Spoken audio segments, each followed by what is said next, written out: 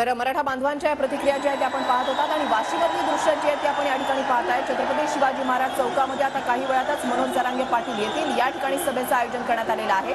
शिष्टमंडळासोबत नेमकी काय चर्चा झाली, काय जी.आर त्यांनी आणलेला आहे, या संदर्भातलं वाचन जे आहे ते मनोज जरांगे पाटील यांच्याकडून केलं जाईल। तर वाशीमधील छत्रपती शिवाजी महाराज चौकामध्ये मनोज जरांगे यांची जाहीर सभा देखील पार पडणार आहे। तत्पूर्वी वाशीच्या छत्रपती शिवाजी महाराज चौकातील ही दृश्य आपण पाहतो आहोत। प्रचंड संख्येनं मराठा समाज बांधव या ठिकाणी दाखल झालेला आहे आणि अगदी काही क्षणामध्ये मनोज जरांगे हे व्यासपीठावर दाखल होतील। त्या ठिकाणी मनोज जरांगे काय भूमिका घेतात हे पाहणं अत्यंत महत्त्वाचं असणार आहे। दत्ता कनवटे आपले प्रतिनिधी आपल्या सोबत आहेत, थेट जाऊया दत्ता यांच्याकडे। दत्ता,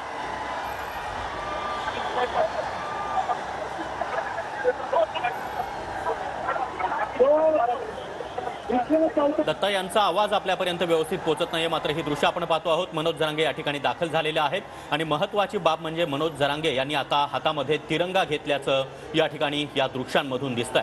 मनोज जरांगे यांची सरकारच्या शिष्टमंडळासोबत नुकतीच चर्चा झालेली आहे आणि ही चर्चा सकारात्मक झाल्याची माहिती सूत्रांनी दिलेली आहे। पुन्हा एकदा जाणार आहोत दत्ता यांच्याकडे। दत्ता, मनोज जरांगे आता सभास्थळावर दाखल झाले।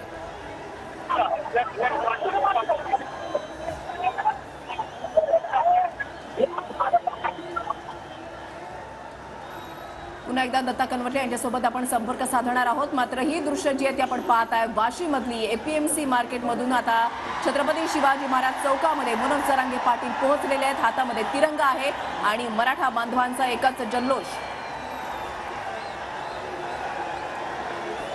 राज्याच्या कानाकोपऱ्यातून प्रचंड संख्येनं मराठा समाज बांधव सध्या वाशीमध्ये दाखल झालेला आहे आणि मनोज जरांगे हे देखील या ठिकाणी पोहोचलेले आहेत। मनोज जरांगे यांनी सर्व समाज बांधवांना शांततेचं आवाहन केलेलं आहे। दरम्यान सरकारकडून जो जी.आर देण्यात आलेला आहे त्याचं वाचन आता मनोज जरांगे या चौकातील सभेमधून वाचन करणार आहेत आणि त्यामध्ये मनोज जरांगे काय भूमिका मांडतात याकडे आता संपूर्ण राज्याचं लक्ष लागलंय। मनोज जरांगे पाटील यांनी काही वेळापूर्वी जसं म्हटलेलं होतं की हा जी.आर आपण वाचून दाखवणार, तुमच्यासोबत आपण संवाद साधणार आणि त्याच्यानंतरच आपण आपली पुढची भूमिका जी आहे ती जाहीर करणार। त्याच्यामुळे आता नेमका जी.आर मध्ये काय आहे, जी.आर मध्ये ज्या मनोज जरांगे पाटील यांनी सुधारणा ज्या सुचवलेल्या होत्या त्या सुधारणा सहित आता जी.आर मिळालेला आहे का, की आणखीन पुढे काय होणार हे अगदी काही मिनिटांमध्ये स्पष्ट होईल। ज्या 54 लाख कुणबी नोंदी सापडलेल्या आहेत त्या सर्वांना आणि त्यांच्यासोबत त्यांच्या सगळे सोयऱ्यांना देखील आरक्षण मिळावं। गर्दी झालेली आहे। जरांगे पाटील सभास्थळी पोहोचत आहेत। छत्रपती शिवाजी महाराज यांच्या पुतळ्याजवळ त्यांचं आगमन होत आहे आणि थेट दृश्य आपण पाहतोय। हजारोच्या संख्येनं या ठिकाणी मराठा बांधव पोहोचलेले आहेत। सहकार्य करा अशी विनवणी वारंवार केली जाते। गर्दी मोठ्या प्रमाणात झालेली आहे आणि ही सगळी दृश्य आपण या ठिकाणी पाहतोय। एक गाडी या ठिकाणी करण्यात आली, ज्या गाडीतून जरांगे पाटील हे या ठिकाणी पोहोचत आहेत। भगवा उपरणं, भगवी टोपी त्यांनी घातलेली आहे। मराठ्यांचं भगवं वादळ सध्या नवी मुंबईत घोंगावत आहे, म्हणजे मुंबईच्या वेशीवर घोंगावत आहे। शिष्टमंडळासोबत 1 तास त्यांची चर्चा झाली। या 1 तासाच्या बैठकीमधून नेमकं काय निष्पन्न झालं हे पाहणं महत्वाचं ठरणार आहे। सरसकट ओबीसीतून आरक्षण द्या ही त्यांची पहिली मागणी। दुसरी, सगळे सोयऱ्यांना देखील कुणबी दाखले मिळाले पाहिजेत ही त्यांची प्रमुख मागणी।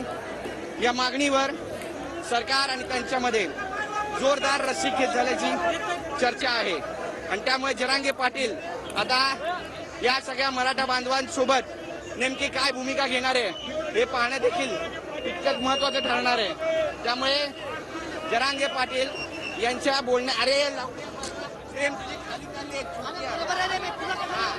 कॅमेरा बघ ना। तर आपण पाहताय की मराठा बांधवांचा मोठा प्रतिसाद, मोठ्या संख्येनं मराठा बांधव हे छत्रपती शिवाजी महाराज चौक वाशीमध्ये या ठिकाणी उपस्थित आहेत। दुसरीकडची दृश्य आपण पाहताय सीएसएमटी स्टेशनच्या इथे त्या ठिकाणी चौकामध्ये मराठा बांधव जे ते जमायला सुरुवात झालेली आहे। आझाद मैदानामध्ये या असं पोलिसांकडून आवाहन केलं जात आहे, मात्र मराठा बांधव हे रस्त्यावरून हलत नाहीयेत आणि बस जी आहे बीएसटी बस जी आहे ती सुद्धा अडवलेली होती। काही वेळापूर्वीची दृश्य आपण पाहता, आता बीएसटी बसला सुद्धा मार्ग करून देण्यात आलेला आहे। नक्कीच, तर ही दोन्ही दृश्य आपण पाहतो आहोत। एकीकडे छत्रपती शिवाजी महाराज चौक वाशी या ठिकाणी मनोज जरांगे आता सभेसाठी दाखल झालेले आहेत। या सभेमध्ये मनोज जरांगे काय बोलणार, सरकारचा जी.आर ते वाचून दाखवणार आहे, त्याकडे देखील आपलं लक्ष असेल।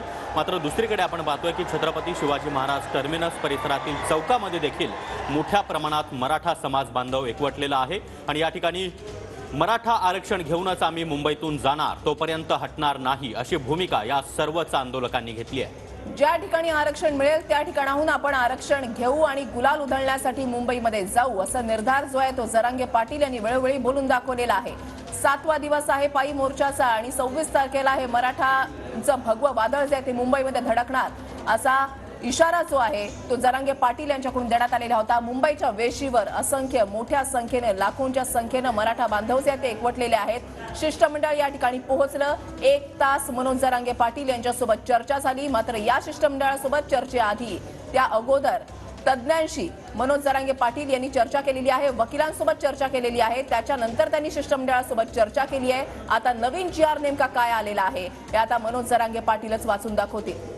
दरम्यान आज 75वा प्रजासत्ताक दिन आहे आणि या पार्श्वभूमीवर मनोज जरांगे यांनी APMC मार्केटमधील ध्वजारोहण देखील केलेलं आहे आणि आता त्यांच्या हातामध्ये तिरंगा देखील आपल्याला पाहायला मिळतोय. मात्र या सगळ्या पार्श्वभूमीवर मनोज जरांगे यांनी मराठा समाजाला आवाहन देखील केलेलं आहे की कुठल्या